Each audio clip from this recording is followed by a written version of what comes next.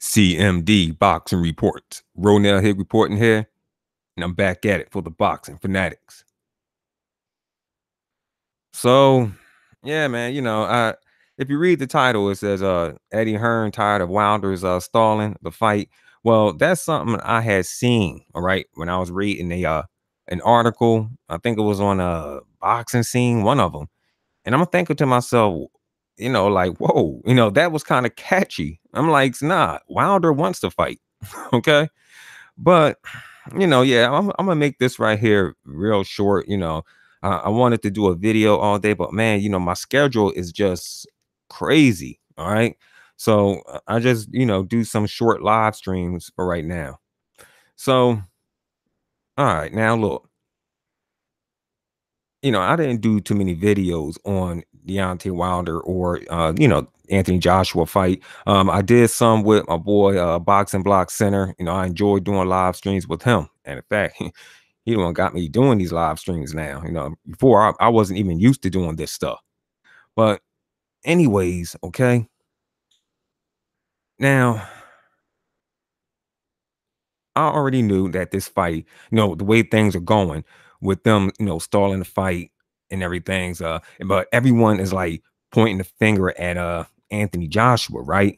Like, what people have to realize is that Anthony Joshua is Eddie Hearn's investment, okay? And what a businessman going to do, he's going to protect his investment and try to, get all he can out of his investment, right? Just like with uh Bob Arum, what he did with Manny Pacquiao, I mean, he got all he can out of him. And when he was done with Manny Pacquiao, we all seen how things went. He tried to get him in a fight with Terrence Crawford, and because Terrence Crawford was his new star, in Bob Arum's eyes. All right. And Manny Pacquiao, he asked for like 21 million or so. Bob Arum, he laughed at him, said, "Man, you ain't worth that. No, not anymore." So he didn't get the money. So he priced himself out. But we all seen what happened. Bob had set him up with a fight with Jeff Horn in his own hometown, okay, in Jeff Horn's country and hometown, right? And he made a complete idiot out of Pacquiao. He ended up losing the fight. Jeff Horn, he took the belt, and it was controversial. Yeah, controversy, it sells, right? So with Bob Arum, as a promoter, he knew what he was doing. He knew what he was doing on that point, and it'll get Crawford's name out there after he defeats Jeff Horn, which we all thought it was going to be, kind of hard for the guy because he was just now moving up. And by the way, talking about that, I just found out that it wasn't Bob Arum's fault that the fight was on the Plus app. That was ESPN's doing. Now, anyway, let me get back with Anthony Joshua. I had to use the Bob Arum thing, to show you guys how these promoters work. That's business. Period. They'll get the best out of their product, okay, while they can. So this fight here was like, in Eddie Hearn's head, it was like way too soon. Like right after this fight here happens, what else is next, right? I mean, would Anthony Joshua, will he be able to get his rematch with Wilder if he was to lose? A whole bunch of stuff was going through this guy's head, Eddie Hearns. All right. Now, like I said before, I don't think that Joshua is afraid of Deontay Wilder. I really don't. Because look, if you look at the memo here, all right. Look, or the MO. I said the memo, sorry. If you look at the MO, all right. This happened before, a couple years back with Kell Brook and Earl Spence, right? Y'all remember is when Earl Spence became Kell Brooks's mandatory. Same exact thing happened. It was a lot of stalling. And it's just odd that it happens to be both the Eddie Hearn fighters. The same thing with Earl Spence is happening with Anthony Joshua. And we all thought that it was Earl Spence. I mean, Kell Brook. I meant, see, I'm tired, y'all. We all thought it was Kell Brook who was scared of Earl Spence. And then we see the same thing going on with Anthony Joshua and Deontay Wilder. So I don't know. I mean, it's like I said, this is all Eddie Hearn's doing. I see.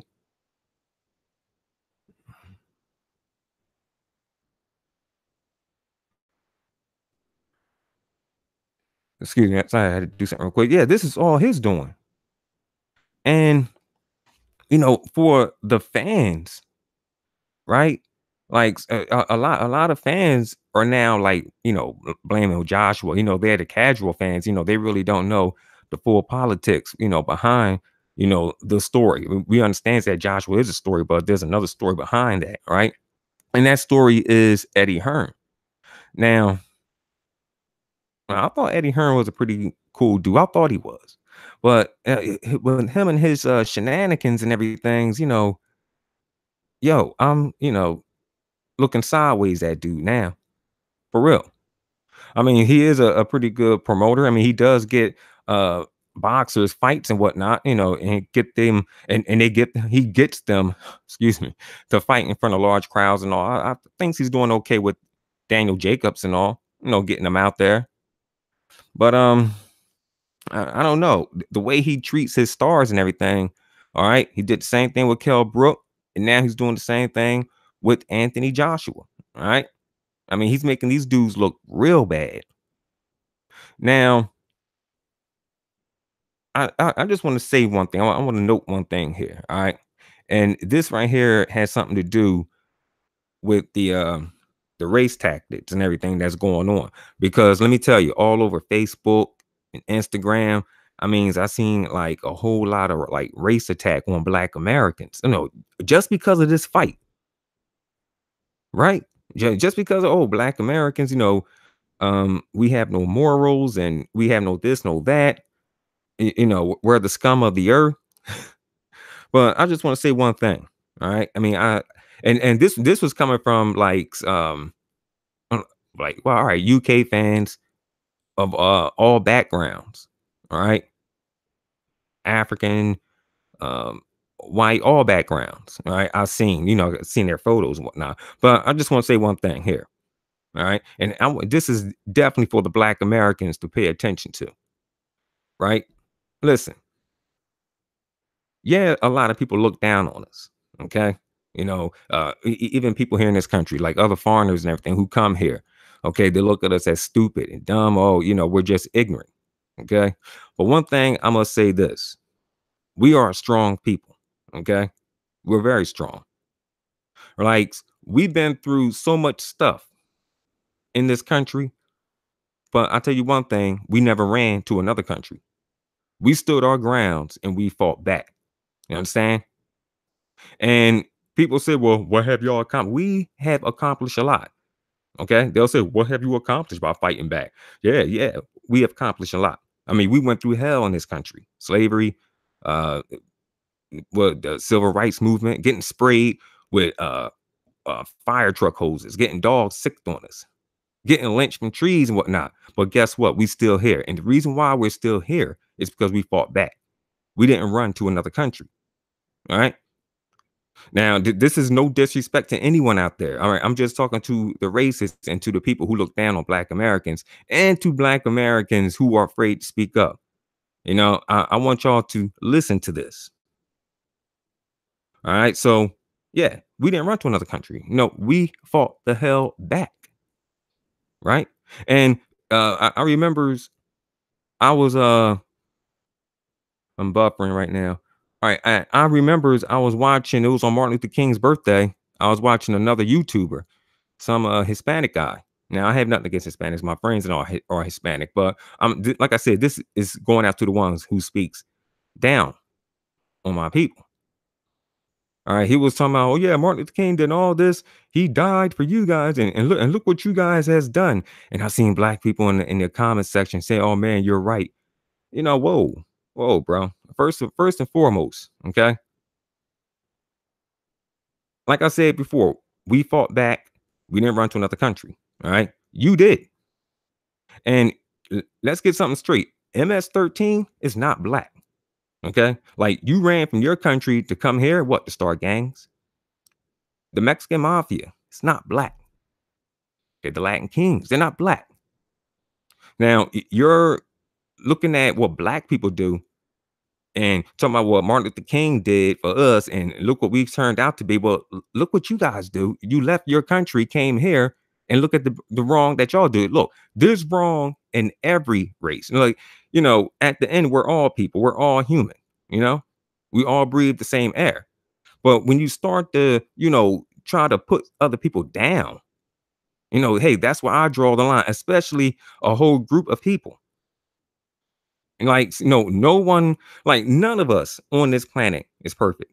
Like none of us was born in the Garden of Eden. Okay. None of us, you have to be perfect to be there, but none of us is perfect because if you read the Bible, we're all cursed because what Adam sinned. All right. So there you go. You don't have the space to talk about anyone. And, back with this black people thing, black American thing. I remember as I was watching this clip on Facebook, it was this lady from Dominican Republic. She was trying to play a slave on a slave movie or so, and they didn't give her the part because they said she wasn't black enough. Oh man, she had a fit. She was on Facebook going off and dissing black Americans. Oh, you know, y'all talking about, I'm not black enough and so, and y'all been replaced. Us Dominicans, yeah, we have our own country, our own food, our own this and that and the third. And I read some of the comments. This young black man was like, oh man, she broke my heart when she said they have their own country. And I had what I said to y'all earlier is what I had to say to him. I said, man, grow some balls. All right. I said, man, don't let that stuff there bother you. I said, if she has her own country, why can't she stay there? All right. I mean, you have your own food, good, but it's not doing you any good to, gain you knowledge on how to take over your own country's government to make things right for you and your people so y'all can start running from there. Now, like I said, this is no shout out or no disrespect to anyone out there because I have love for everyone. Like I said, none of us is perfect. All right. None of us is perfect. None of us was born in the Garden of Eden. All right. Shoot, we was all born into sin. All right. And yeah, so we have accomplished a lot. And our style, our music, it's all over the world. Hip hop, R&B, rock and roll even, you know, all over the world. But yet we get dissed. All right. So, and for all you black Americans out there, stop being, ashamed and scared and let people diss you in your own people. Nah, you know, listen to what I'm saying. Yeah, we've been through some stuff, but we warriors. Okay. And we have accomplished a lot in this piece.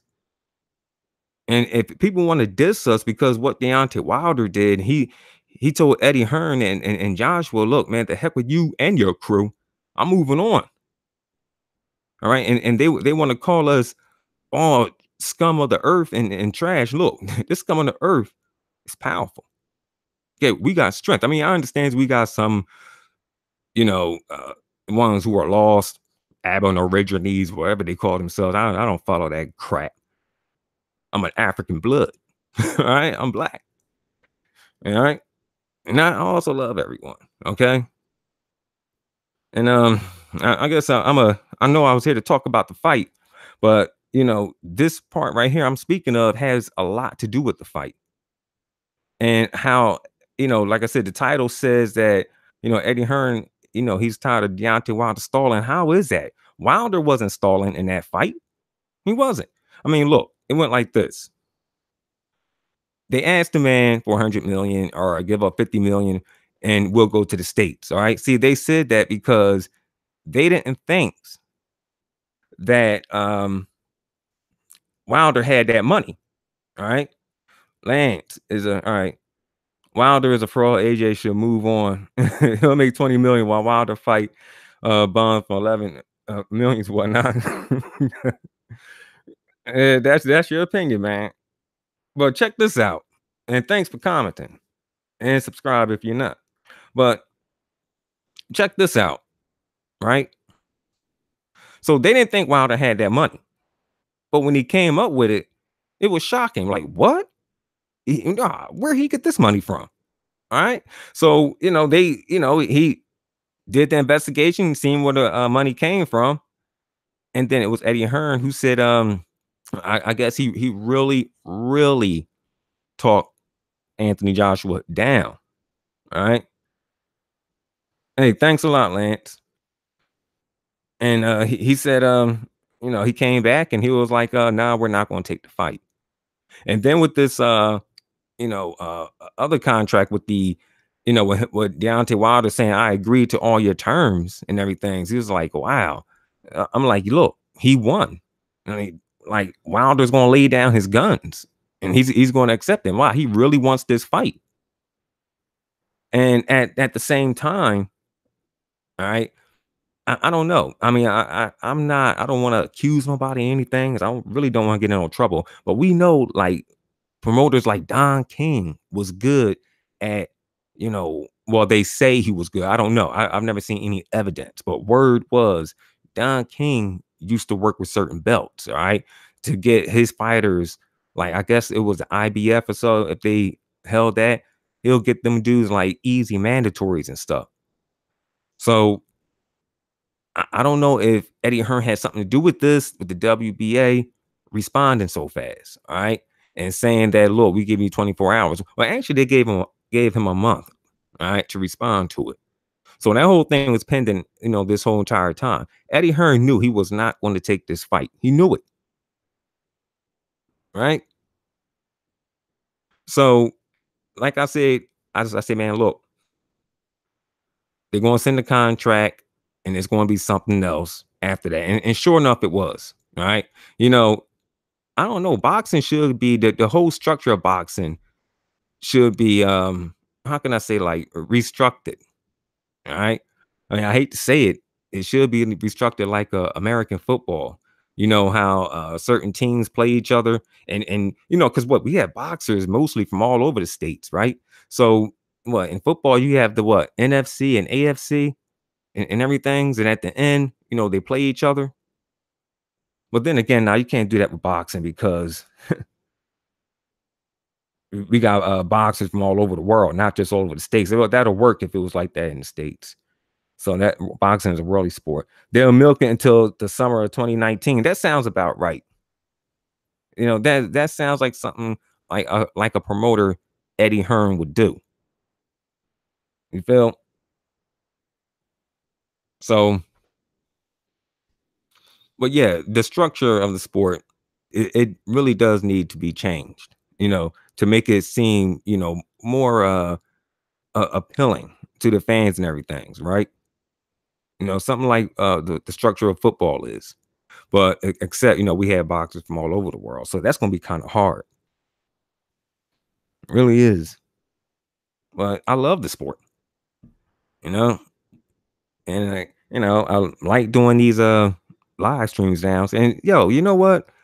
Let me give a shout out to DCB Boxing. I'm gonna make a video out to him, because it was really with me listening to him while I was down, okay, in the hospital after 4 surgeries, after getting ran over by a forklift.